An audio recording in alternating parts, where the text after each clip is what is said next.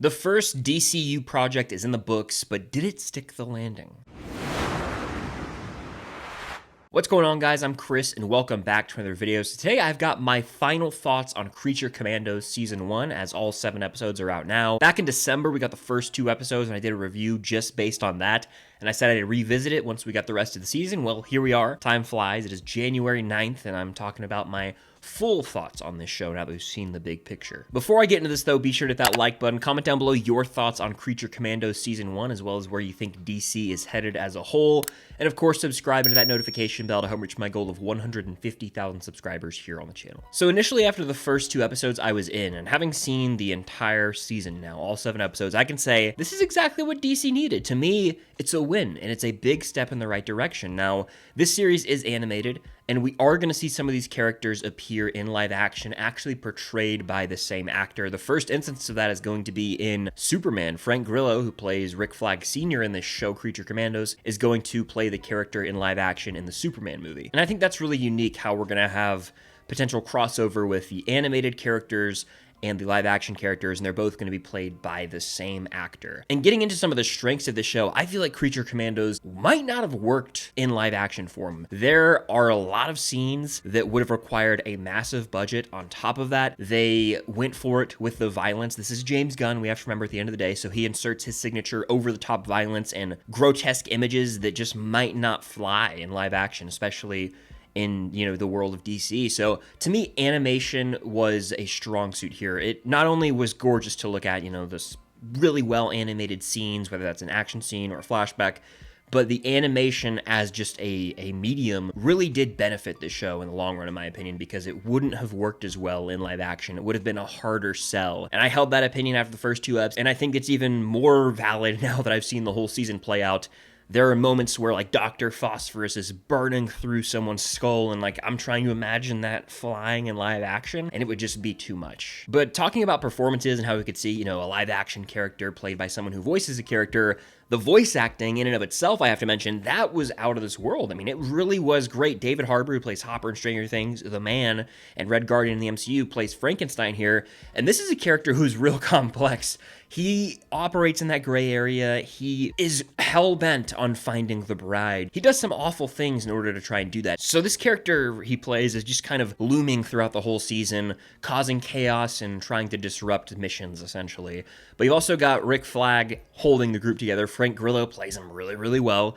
And then you've got the rest of the Creature Commandos, and they end up being the heart of this show, which is not what I expected. Early on, I was like, oh, this is Rick Flag's show. And by the end, it's more about the Creature Commandos themselves, because every single character gets their time to shine. And I thought what James Gunn did so brilliantly with Creature Commandos was you had the main plot of the show, right? Which involved this princess, the Circe, and, potentially trying to kill someone or protect someone depending on where you're at in the season. But there's this whole main plot line with the Creature Commandos and a princess in another country, right? Then you've got flashbacks in every single episode that actually take the time to add depth and characterize each member of the team. So, for example, one episode will get a full backstory on G.I. Robot, another will be Weasel's episode, another will be Dr. Phosphorus, another will be the bride, another will be Nina. So they kind of just took their time in every episode and highlighted an individual member. So by the end of the season, when we've been on this journey with these characters and the stakes are the highest they've been, we feel a different batch of emotions for every single character. Weasel, you feel heartbroken for because gets in a misunderstood situation, wrong place, wrong time kind of deal. There's a tragedy surrounding Dr. Phosphorus and his relations to the mob. You've got a just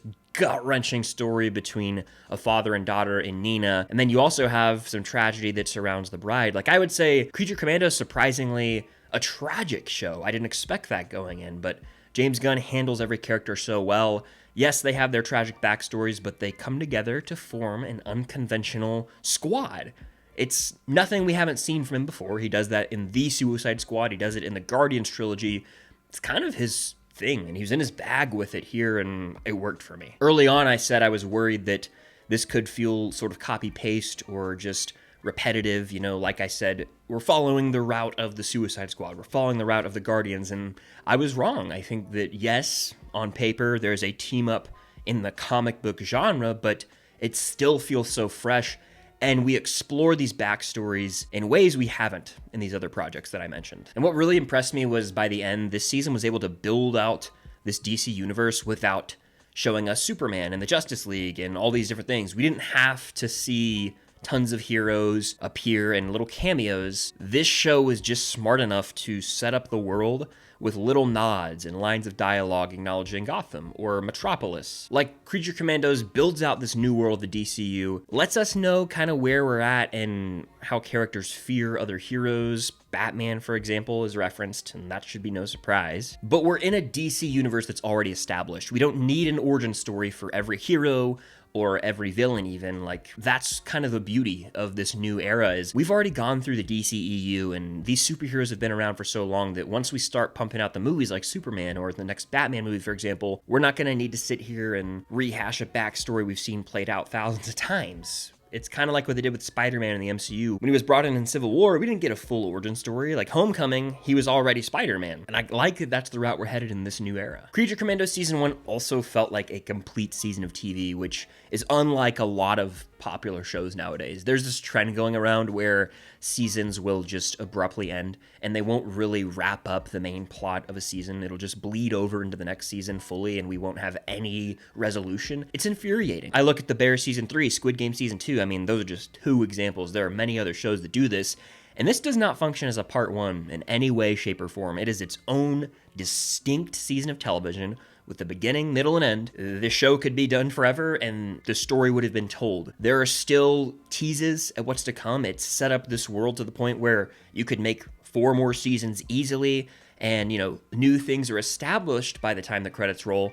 But the main plot of this season has wrapped up. There's no, oh man, I need to see what happens next. What? I feel like we got robbed here. We didn't see any, payoff. None of that. Everything comes to a conclusion here, but it leaves the door open for potential new team-ups, new members of the team, potentially characters returning that we thought had died earlier in the season, and it made for some fist pump moments right before the credits rolled. I won't lie, I was like, hell yeah. Glad to see them back. Oh my gosh, we're pulling that character from the DCEU. Oh my goodness. Lots to look forward to with the new seasons. It has been renewed for season 2 and I'll be sat for it, but this season of television, Creature Commandos Season 1, took its time to establish every main character in the Creature Commandos squad, but it still had its own ongoing plot line that was compelling, and by the end, that wrapped up. There's room for more plot lines in future seasons. With this team, there's always a new villain they could introduce and have a new mission, so I'm kind of down with the structure of this show. We had 22-minute episodes. I think the finale was like 25, 28 minutes, so all the eps flew by. James Gunn, in typical James Gunn fashion, inserted, this awesome soundtrack, music I'd never even heard in my life that just fit the vibe of this show, and he's just so good with music in comic book movies or shows. So this was a win for me. I had lots of fun with Creature Commandos. It got really dark at times and mature, but it handled that, and it was able to sort of balance these different tones to the point where you could laugh out loud in a moment, you could be on the brink of tears, and you could just feel grossed out at the same time at certain moments. This season really did take me on an emotional roller coaster, and to me, really great start for the beginning of a new era of DC. Glad season 1 stuck the landing. Creature Commandos is a win. James Gunn is 1 for 1 in the DCU. Superman is going to be the big test, though, that comes out in a couple months, and all eyes are on that film. But those are just my thoughts on Creature Commandos Season 1 now that I've seen the full thing. Let me know your thoughts in the comments down below and hit that like button. Subscribe to that notification bell and stay tuned for more content coming very soon. But until next time, I'll see you guys later.